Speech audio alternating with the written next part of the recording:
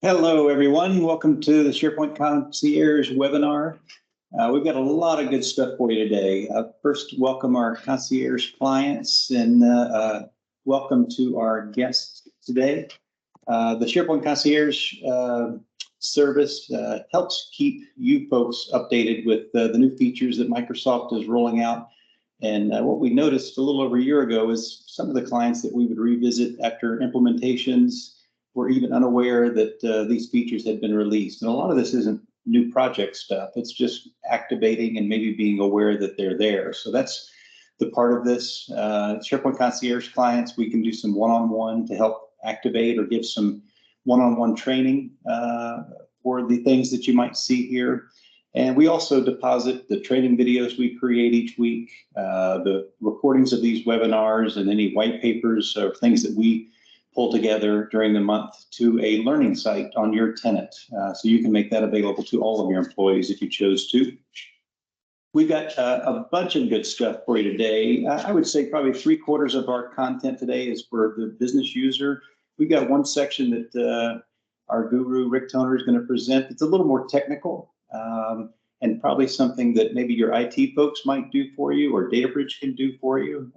But we've got some stuff following his as well that's more business centric. And I also want to encourage you, we've got a number of team members on the webinar today. So Andrea is going to give you a little overview and moderate our webinar today. You can obviously raise a hand and ask a question, but that chat section that she's going to direct you to, a lot of those you can ask questions during the webinar, and we've got folks that can step in and have a conversation with you or answer questions. And we'll also have some Q&A at the end where we'll open up your mics and whatnot. So with that, I welcome you, and I'll turn it over to Andrea Skinner. Thank you, Michael. And so I'm Andrea, and I'm pleased to serve as your moderator today. We have some great topics to cover with you. I'll go ahead and show that on the screen now. And so first up, we have Christian Lamont, who's going to be showing us the external file request that is coming soon. So probably in the next 2 weeks or so, you'll see this showing up on your SharePoint Online. We always try to feature something that is coming new or has just released. Of course, we're always kind of trying to plan these topics with Microsoft's release dates. Sometimes they are on time, sometimes they're pretty close after, but maybe delayed a couple of weeks. And this one is not ready for us yet. You may see it, you may not, but we'll show you what it looks like so that you will know what it is when it does show up. And then, you know, IE died this week. You know, on Valentine's Day, the love was lost, and Microsoft is actually removing that with updates. And so you can no longer use IE to get the SharePoint Online, and probably, you know, most everybody hopefully has stopped using that quite a while ago, but the mics were open, we might have even heard some applause. You never know. Yeah. True. But there are some legacy tools that still require IE, and a lot of people are missing, you know, ActiveX. But you know, the modern browser is the way to go, and we all have to bite the bullet and get up to speed with that. And then Rick, as Michael mentioned, this is going to be more technical. He's going to talk about automation and PowerShell, and very, very helpful, especially for you IT folks on the call who maybe you have to get reports out of one system and you have to programmatically deposit those for sales teams, for finance reports or executive updates, and you have to get those up there, but yet you get this error message where your PowerShell can't authenticate because you've got your username and password for, you know, a Windows-based, you know, application, and now you're pushing it up through a modern authentication, and it just kind of stops. And so Rick's going to show you how to get around that. So very fun for you guys who are into writing code and PowerShell and all that technical stuff. And we're going to wrap up with, again, an end user topic from Dylan. He's going to talk about modern alert rules. And so this is kind of like the alert me feature, but on steroids. You've got a little bit more functionality and control on those alerts, and then also the remind me feature that is available to you all in your lists and libraries. So a few instructions before we get started, just real quickly. You guys who may not be familiar with the webinar format, your mics are muted until the end of the presentation. I do encourage you, if you have something that comes to mind, to go ahead and put that question in the chat pane. So just kind of click that chat pane in the top of the Teams there. It'll open up a pane to the right, and you can type in your question. We've got a whole, lineup of folks that are from dataBridge on this call as well, who can respond to you in the chat. And at the end of the webinar, we will open up mics and have a live Q&A, on, so you can actually talk to the presenters from today and chat about any of the topics that we covered. So please stick around for that. So with that said, I have the pleasure now of introducing to you, Christian, on a request file. Over to you. All righty. So welcome everyone. Yep. Today I'm going to be covering the feature that will be coming to SharePoint Online, apparently based off Microsoft's roadmap by the end of the month. But again, that's subject to change based off Microsoft's ability to roll this out. For those who don't know what request files is, it's the capability of sending a link externally to be able to get documents to a folder inside of SharePoint or OneDrive. Anyone who has that link will be able to upload documents to that folder. You will also, if there's documents are only uploaded into that direct folder that you're selecting, of course. Any sort of file that is uploaded will have a prefix of the user who's uploaded the document, which we'll walk through how that looks. If there is by chance two documents with the exact same naming convention, there will be a number added on to the second one as a kind of a number 1, 2, 3, 4, 5, 6 as it increases with the same document names. And then also that user can only upload documents. So you might be used to maybe sharing a document previously with a user and where they could have edit rights or read rights. Now you'll just be able to have the capability of uploading content, but they actually cannot edit that content. They cannot see that content. They cannot download that content. It's a one-way push forward. So we're going to kind of walk through how that looks now with OneDrive and where likely the control will exist inside SharePoint. So we'll start off with SharePoint. So the control will very likely live between this copy link button and this download button whenever you have a folder selected.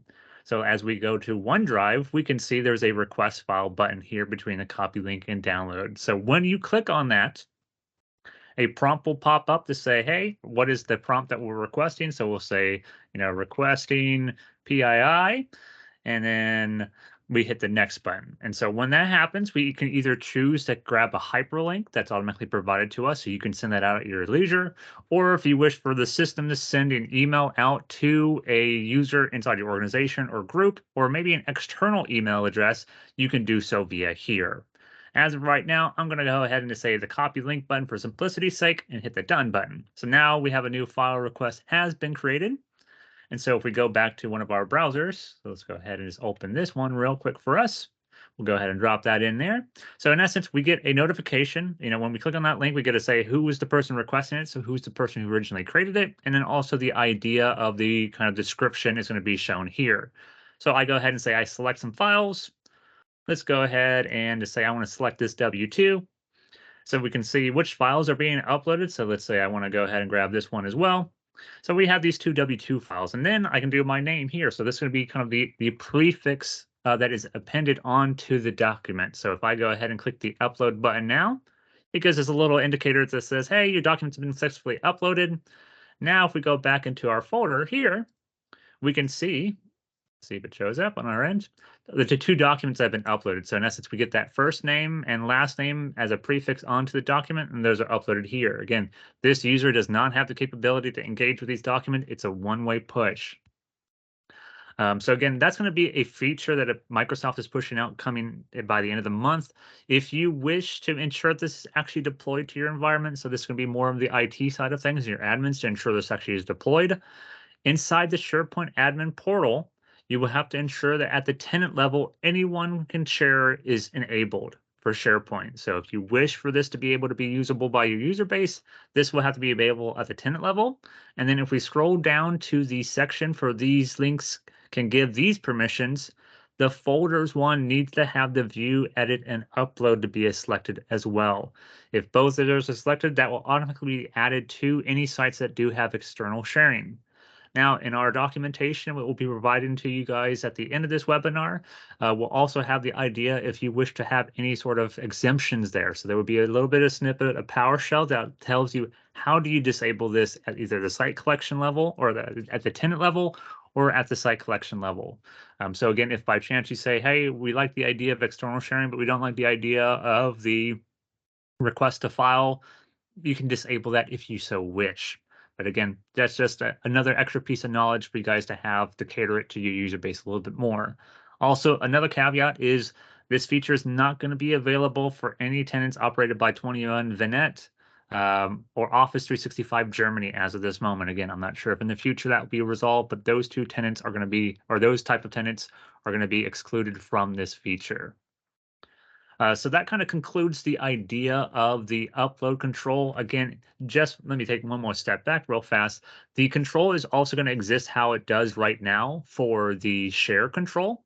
So if any of you are familiar with how sharing works inside of Office 365 and OneDrive or SharePoint, there's going to be this little kind of in the manage access. This is where, again, any of those shared links exist. So if for some reason in the future you say, you know what, we really just need to stop sharing access to this folder. They've had their duration of time in the sun to be able to upload their documents. We want to go ahead and disable that. We click this delete link. And now if I attempt to get to the link page that I got to before, we've got an access to, or there won't be a message there any longer. So that kind of concludes this part of my session about the request file. We'll jump into the idea of the kind of the final retirement of IE11. So for those who maybe are unaware, maybe who live on on-premise environments that don't really engage with SharePoint Online, Microsoft has finally fully killed IE11 in the sense of accessing SharePoint Online or OneDrive for Business. The screen that we see in front of us was the message that you got previously, which was back in before, again, February 13th and before.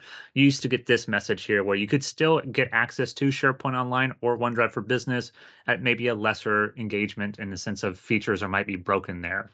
Now, when you hit the environments with IE 11, you will now get this message saying that you have to upgrade your browser. So which means that you can no longer engage with these applications at all with SharePoint Online. So again, if you're an on-premise client thinking about coming up to the cloud and you primarily in your organization are using IE 11 or maybe even before, just know that you will not be able to use SharePoint Online or OneDrive for Business until you upgrade your browsers for your organization. So just be aware of that, guys, just so then you don't suddenly get, shocked that you can't engage with the environment any longer.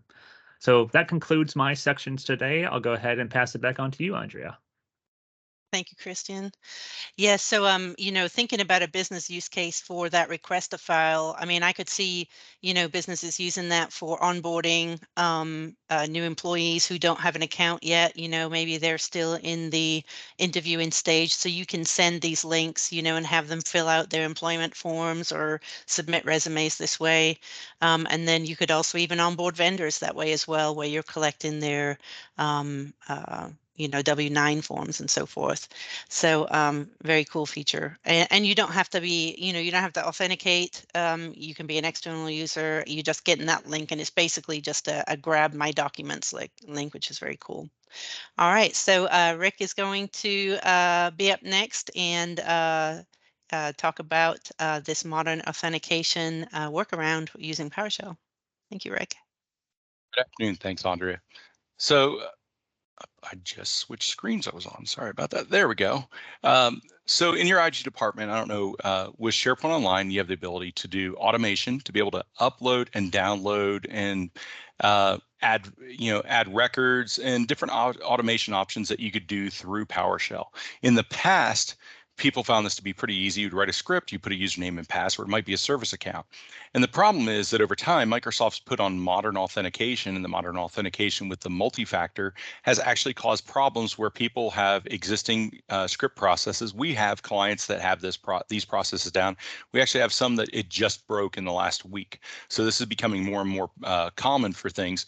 Even afterwards, they turn around. Their answer was, well, it said it needed multi-factor authentication, so we just disabled it afterwards. And even after disabling it, once it's been enabled, it stops working anymore. So when you guys turn on multi-factor authentication, it doesn't matter anymore. Behind the scenes, it's locked at that point. So your old scripts that you might have been running to do tasks just don't function anymore. So people are starting to get these errors, and they're like, well, why? Why am I getting this? What's going on? Well, it's Microsoft protecting us from ourselves at times because of passing username and passwords up to SharePoint Online. And they've just come to the point of saying, if we're doing automation, we really need to be doing it through a modern application style, secure certificate-based connection to Azure. Technically is what we're doing. And I'm going to actually go over today and show you 3 different parts of it. One is a regular authentication way we can do it with PowerShell. The second is going to be with a simple authentication with the username and password, which is now broken. And the third one, I'm going to actually create the application connection through PowerShell in a fairly simple way, instead of these long, crazy ways of these forum posts that people will read and they're just telling you, click here, change stuff. It'll do it for you with PowerShell PnP or PnP PowerShell. So we've talked enough about other things. Let's actually look at it.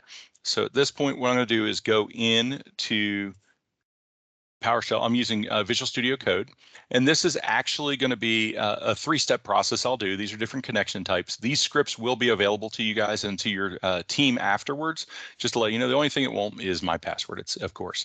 But so what we have here is I've got a connection. I'm going to do the first connection, and the first one is an interactive connection. We're going to connect to SharePoint Online with a simple connect to PnP Online. We're going to return the connection, and it's interactive, meaning it's going to prompt with a username and password. When it gets done, the only thing it's going to do is it's going to go get us all the site collections are inside that tenant, and it's going to resize that. So I'm going to go over here to my PowerShell window, and I'm going to grab my first string, go here and paste that in, and I'm missing, give me 2 seconds.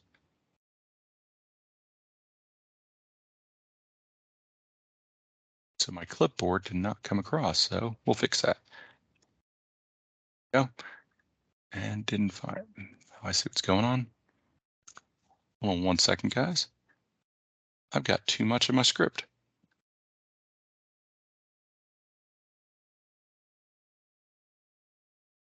There we go.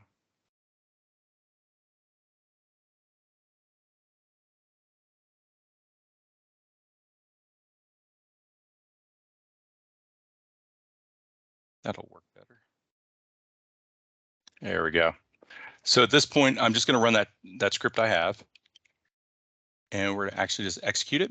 And you'll see that what it's going to do is this is just going to use what we call just the interactive login. So here's a screen that comes up, and I'm going to go over here. I'm going to use this farm account that I actually have set up for it. And then I'm going to put the password in, and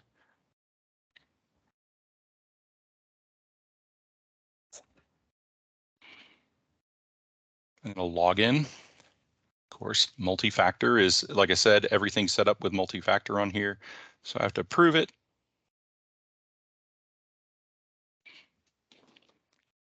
So this is the first way that you would see something when it runs. If I'm running a script and I'm just updating something and running a process right now, I'll just do that because it's a simple way to get authentication. It actually does it by that user. So we just returned a list of all the URLs to our sites and the template and the locale ID. So at this point, what I'm going to do is we're going to come over here and take a look real quick at the number 2. So I'm going to switch it to a 2. So this is using what we call, I call basic authentication, which is it's just going to send the password is sent as a clear text. It's encrypted. It turns around and creates the credentials right here with the username and password. And this credentials is passed to the same connection, same web, it's returning connections, but it has a connection. This is the normal way people used to do it whenever they did some scripts that they were automating. So at this point, when we run this, we'll actually see I'm going to go here. I should be able to just run it again. But this time, instead of prompting by doing it with the screen popping up, this is the error we get right here. And it's because, notice right here, it's been moved to a new location, or you're using multi-factor authentication. So this is the error that people are starting to get and we're seeing. So the way around that now is we're going to actually look at an existing connection real quick, just so you can see it. And then we're going to show, we'll go create one. So right here, I'm going to come into the administrative portal right here. I'm going to come down into Active Directory, Azure Active Directory on the portal. Now, someone has to be a global admin or somebody that has administrative rights to Azure to be able to approve this in the end.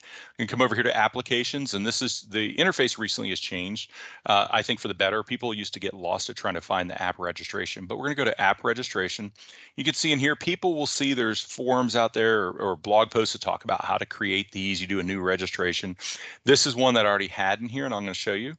So if I click in here, you'll see that you're setting up a registration. You've got right here what they call the application ID or the client ID. And then we'll have additional information in here, which will be, if we come down in with API permissions, and we're told, okay, you have to assign permissions and you have to grant the permissions. A lot of steps. If you've seen the blog posts for these, they're pretty intense in some ways. And then we also have a certificate. You have to upload a certificate. Then you have to turn around afterwards and grab the certificate ID here, and then you need to know the password. It's crazy, crazy things. Let's see now, because Microsoft's made this a lot easier from what it used to be. Let's actually go, and I've got another script in here, which is this one. It says register app ID.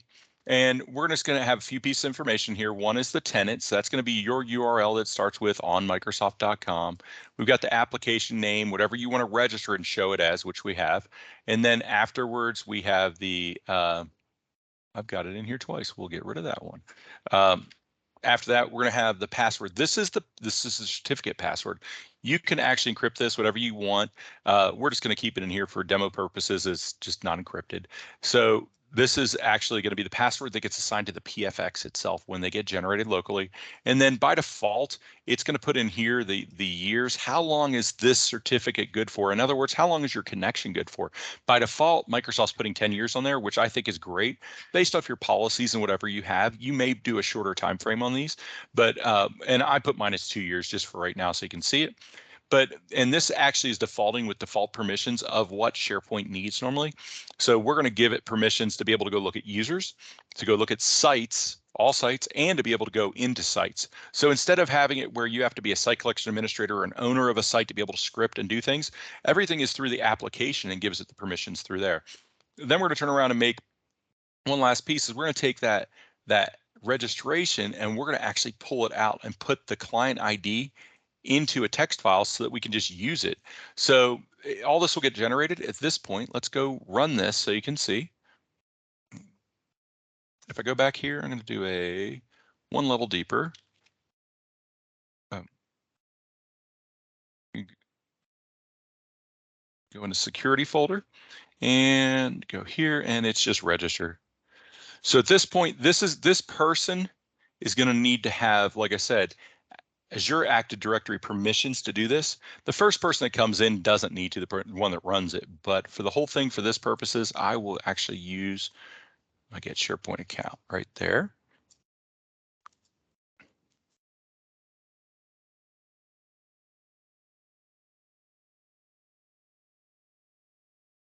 And then from here, so what it's going to do is when you go to run this, it's going to do a 60-second launch that makes sure that you're wanting to do this. So it doesn't happen instantly. It really is just a timer that runs right now, but this is going to give you the ability that if you made a mistake, you can cancel this, you can do stuff.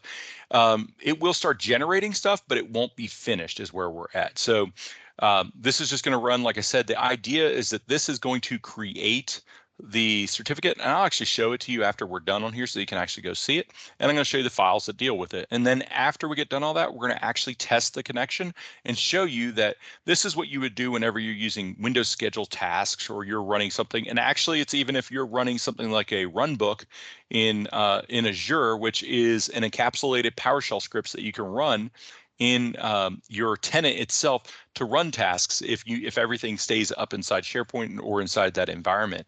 It gives you the ability that you wouldn't want to put in a username and password. You'd want to run a script on it instead. So now I'm getting a prompt over here, which is checking for authentication. And you'll see right here, when this goes through, it's going to prompt with the permissions, which right here. So this is the permissions request. It's telling me, hey, I'm asking for permissions to read and write to all groups, that we want to read and write all users' full profiles. This is what they call PnP PowerShell, which is Microsoft's patterns and practices that they actually have the module that runs. And this is just making sure by default, these are the permissions. So I'm going to accept this. And then once I accept this, it's going to generate a certificate for me, and it's going to come back and it's finished. So I'm going to show you the Windows Explorer look so you can see the files that are actually there. So right here, this is our top level. We just have a script there. There's my text file for my password. But in the security folder, we now have the name. I actually named the certificate is going to be named the same as the application name that you have. So it's got your CER file, but it's got your PFX file, which is your password protected file that you're going to actually use, and it gets sent back and forth. You don't have to understand how it actually works anymore because it just does with a few settings that we're going to show you. And then right here, this is the webinar one, and the webinar one is actually going to be, that's that client app ID is what it is. That's inside that. So that's going to be the file that we can actually just pass it to it. You don't need to know what it is. If you keep everything in a folder, like I'm doing a subfolder that's called security, everything's in there and it's protected on there. So let's take at that point and let's go look at the portal real quick because we just saw that. Let's go look up here. So I'm going to refresh this. You're see that there's 2 of them in here. Some clients, you can have 10, 20 of these are in here. Here's the connection I just created. Did I actually go in here and click through everything? No. We just turn around and ran a PowerShell script that literally just registered this. I'm going to go into it. And then in here again, there's the application ID that's in the text file for us. And then over here on the left, this is the actual certificate that was downloaded to my computer. So I have a certificate to be able to run that later. And then again, here's those API permissions of what this connection has rights to.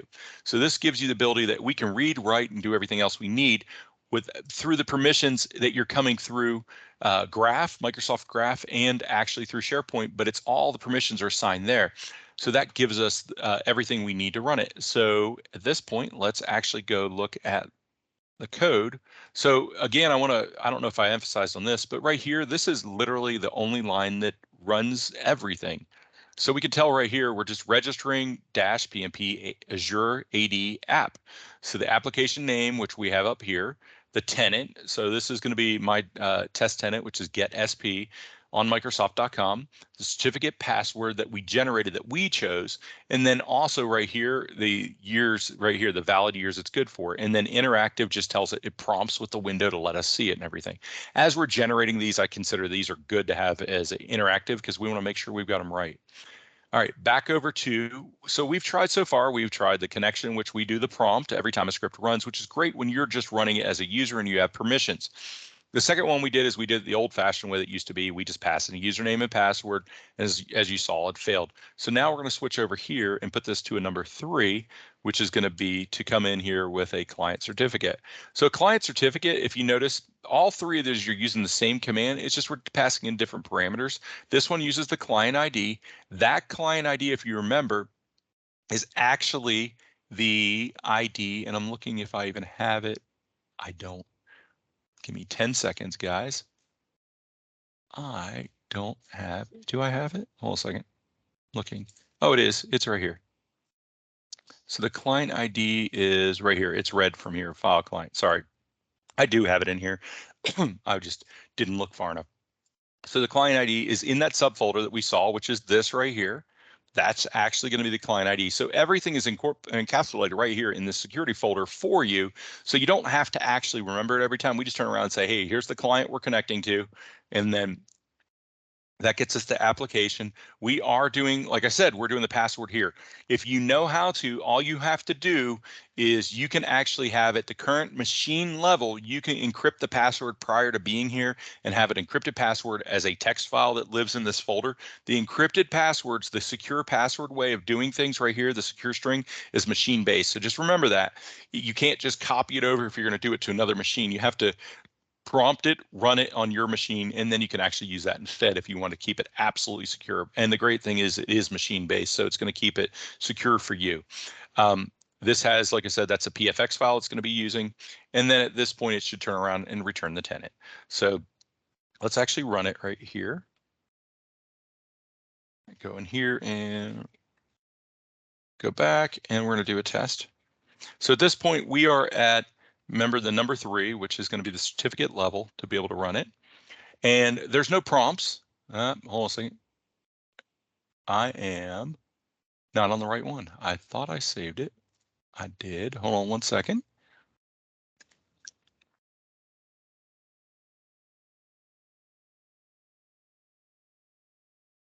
Because that just told me we were on 2, not on 3. Hold on a second. It is. Try this one more time. I may have to close the script and reopen it. Just there we go.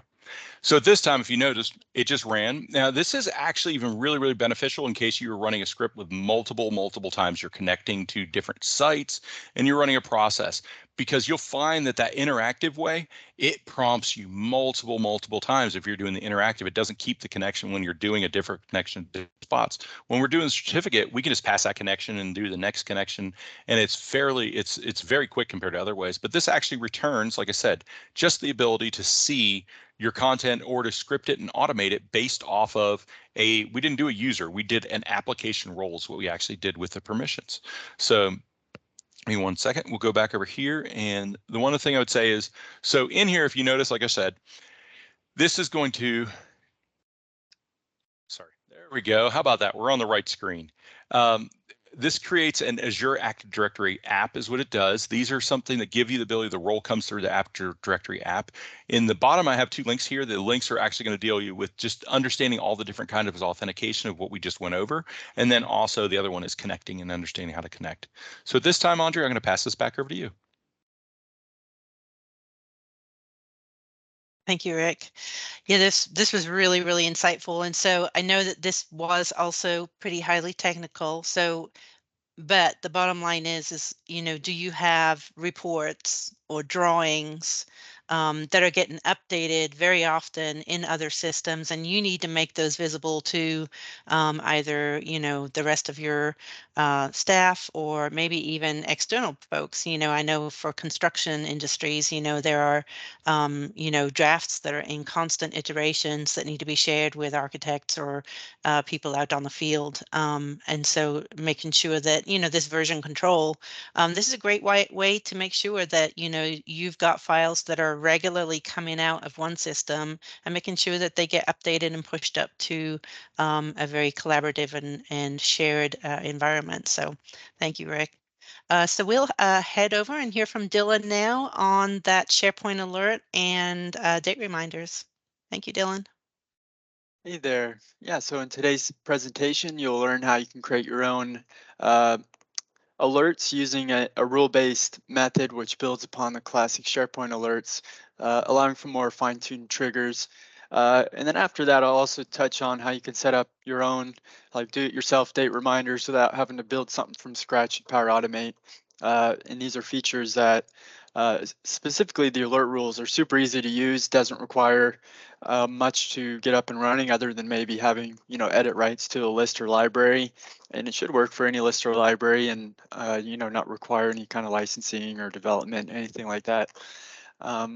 So yeah, I thought I would change it up and, do something that you could even walk through on your side if you wanted to try something like this out too. So what I'll do is I'll go ahead and pull up on my screen a list that I have. And I'll just walk through where you can find this and how it works. So I've got a test list open here. And up here in the command bar, if you have, I think it's edit rights or above is what, then you would see this option up here, but this automate dropdown. And first I'm going to go over the rules one here. So if I go hover over the rules and then I go to create a rule, it opens up these 4 boxes here is what they have available for us now. And so some of these you would have had in the classic SharePoint alerts, like a new item is created, or if yeah, at least the new item created, I think it might have the deleted one as well. under that alert me feature, but what we have now is to trigger off a specific column as well as a specific value in a column. So this could be something like a status change, or if you know, if it equals a certain status, or you know, just something that specifically might apply to you. So maybe you have a flow set up already, you have some kind of content approval, whatever it is, but you just want to add in an additional alert to you or someone else or to the created by without having to build something from scratch. Now, I will say, just let you know, the downside will be you don't have control over the actual email, what it says or anything like that, but you're going to get a link to the item, you're going to get an alert. It's going to have a look and feel to it, and I'll show you that email, but you know, that's going to be the trade-off, is either, you know, build something from scratch or from a template, or just use this, which is pretty quick to try out and turn off or on. But I'll go ahead and show you an example here, the use case being like a status change. So I'll do when a column changes first, just to show you. So on my list, I have a field called status. So I'll go ahead and choose that one. And then down here, you'll actually see I can choose, have some choices for a dynamic value. So it could be created by, modified by, or I could say me, or I could enter a particular email account in there as well. So I could just start typing, and it would just need to be someone in the organization. So then, you know, I could select myself that way as well. Or somebody else. And so once I have that created, now anytime that status value changes, I'm going to get an email alert, or whoever I put in there. And you'll see on my screen here, it brought me to the manager rules pane. So it's showing me all the rules that are set up on this list. And it's telling me up here at the top, I can create up to 15 rules. And you can click that learn more if you want to see if I have any other documentation about it. But on the screen, I can easily toggle these off or on. So these are ones that I have created previously that I have turned off, and I could always turn one on. I have one for the title changes, and then another status change one there. But if I wanted to come in, I could, you know, change that out. I could delete this rule, or you could just leave it turned off. If you leave it turned off, they'll still appear here. They'll just be toggled off, but you can click into one and delete it. You don't want it to appear there anymore. Also, the nice thing about this is you can set this up for people and manage this. It's just a little bit nicer. It's just building upon that alert me feature you might be familiar with. So if I just cancel out, I'll show you, you know, up in your command bar up here, you have that alert me or manage my alerts. And this one still good to use. It just doesn't have some of those same some of the same functionalities. Just works a little different. But you can always still use this one as well, which is still nice. But I do find people ask for something like a status change or email or something like that, or whatever it might be. Maybe you want to set something up as well based off a particular value, like if the sign 2 equals a certain person, maybe for a period of time, or whatever it might be. And I'll show you as well. That can be nice as well to try out. So let's say like a column value changes. So, you know, since I have my status field here, for now, I'll just say, you know, if it is equal to, let's say, rejected or something, then email someone. So you're just adding in something very specific that you can try out, and you can always easily turn it off if you don't want that anymore, or when you use it temporarily, or, you know, if someone in particular creates something, you know, so you can see I have a few different options. Let's say also if you have like a sign up list here, I could say if the capacity is over a certain amount, send me an email. So if more than 10 people are added to this capacity, you know, send me an email or somebody else. So it's something you could use maybe temporarily when someone's out of the office or whatever it might be, or it's something that you could just use as your functionality for the list, just as an easy thing to try out first before jumping into actual development to get something. But yeah, speaking about that side of things, since there isn't really you know, any development to this, it's super easy to set up, which is nice, but you're not going to have control over the email. But what I will show you is it's not that bad of a, you know, an email to get once you know what it is. So I've got it pulled up on the screen here. So this one is one of those status change emails, and it tells me who changed it, you know, the name of the item, and what this, so when the status was equal to approved for this test one item, it sent me an email, and it's got a link to go to that item. And then it tells me what's the actual list. So this is the name of the list here. So you know, it's and it it's not too bad of an email to get, and there's the subject line up there, test one, which is the name of the item was updated. So in this list. So, if that works, it's something you can try out. Um, but the other part of this too would be, so this is, I'm talking more about status changes, or if a value equals a certain thing, or if it's edited. You could also do if it's deleted. But the other side of the other thing that people would ask for would be like date reminders. So that's a pretty common one we set up. Now, usually you might want a custom one set up that's got the exact values you want. It's got all the information, the verbiage you want. So you would have us build something custom, and so you could have total control over it. But what I will show you is just if on the fly you want to have just a quick option, for something like email reminders without doing that too much development work. I'll just show you how you could do that. Now, the difference between what I'll show you now versus these alert rules is that this one does use like a Power Automate template. Now, you don't have to make the automation. It'll spin it up for you, but it is using Power Automate, like a basic license to do that. But so if I come up to the Automate and I go to the set reminder, since my list here has a start and end date, because I actually do have like this set up almost like a calendar as well, based off a start and end date.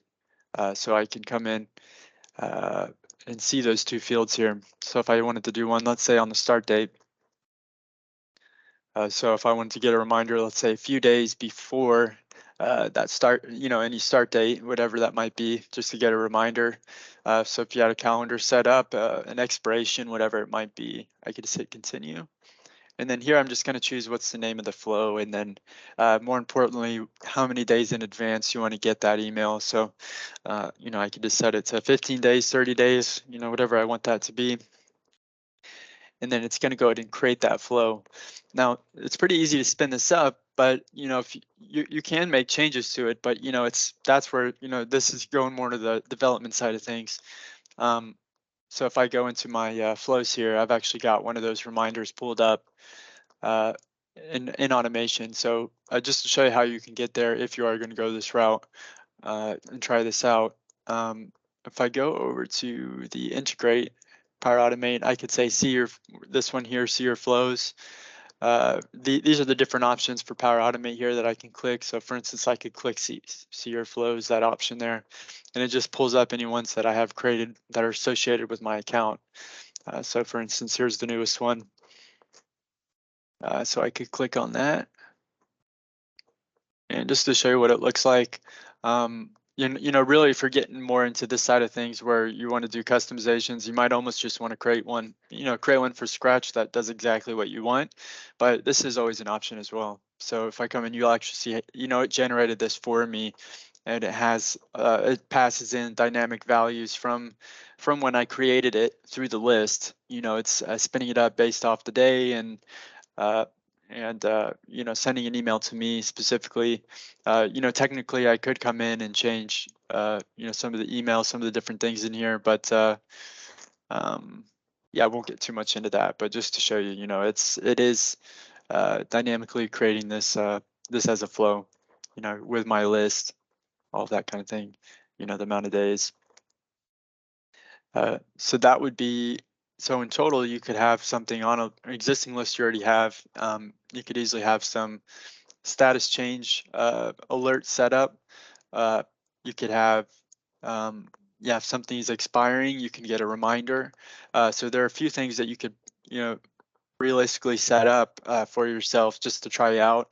I would say the first part, the alert rules, it will be real easy to try out, because you can always turn those off pretty easy. The other part, you'll just have to know to go into your Power Automate portal and potentially disable it if you don't want it anymore. They might have another way to get to it, but yeah, for now, that's, you would have to go to your portal to disable it or delete it. And you should see these options if you have the rights, at least to the rules. If you have edit rights or above, this reminder, you're only going to see it really if you have any custom date fields from what I've seen, and also if I think if you have Power Automate, active on your account. So if you had some kind of license like an E1, E2, E3, whatever that is, and it's not requiring anything premium, but that is, not every user is gonna, potentially be able to do that. And what I will say in a future webinar, I think I am planning on showing you how you can control some of these buttons in your command bar, which you can do, which would be nice. But for now, I thought I'd do something more straightforward that might be, something useful that you could do, in a couple minutes potentially. But with that in mind, I think that we'll cover what I have to share with you guys. Thank you for the time. I'll pass it back over. Thank you, guys. Thank you, Dylan. So, Yeah, Andrea, before you get started, just reminding everybody, this sometimes I think maybe the participants feel like they're getting fed through a fire hose. We're trying to kind of put as much in here as possible. So just know that if you guys need some extra time on some of these or some extra training, just let us know. yeah, that's a good point, Michael. Yeah, I was even going to say you could pair up those last two topics where you can programmatically get your documents deposited to SharePoint and then put alerts on them. So it's a challenge out there. So that does conclude the learning portion of today's webinar. If you need to drop off, I just want to say thank you for giving us your time today. We've enjoyed learning with you, and we hope to see you next month. And so we will now segue into the live Q&A for anybody that wants to hang around or ask any questions. I think we've had some great interaction. Thank you, Joe. With you guys in the chat pane. So thank you for that. The instructions for raising a hand and kind of queuing up for questions is on the screen now. So you just kind of, select that reactions or react icon in the top of the Teams panel there. That will give you a drop down, and then just click the raise the hand. And someone will unmute you. And we'll just hang around for a few minutes and see if we get any questions. And if not, we will drop off as well. And wish you a grand day.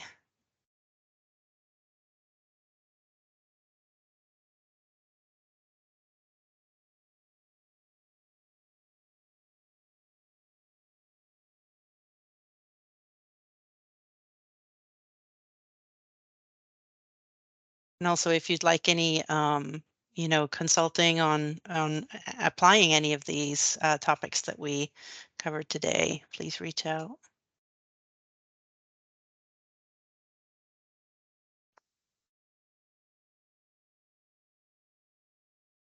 Thank you, Patrick. Have a good one.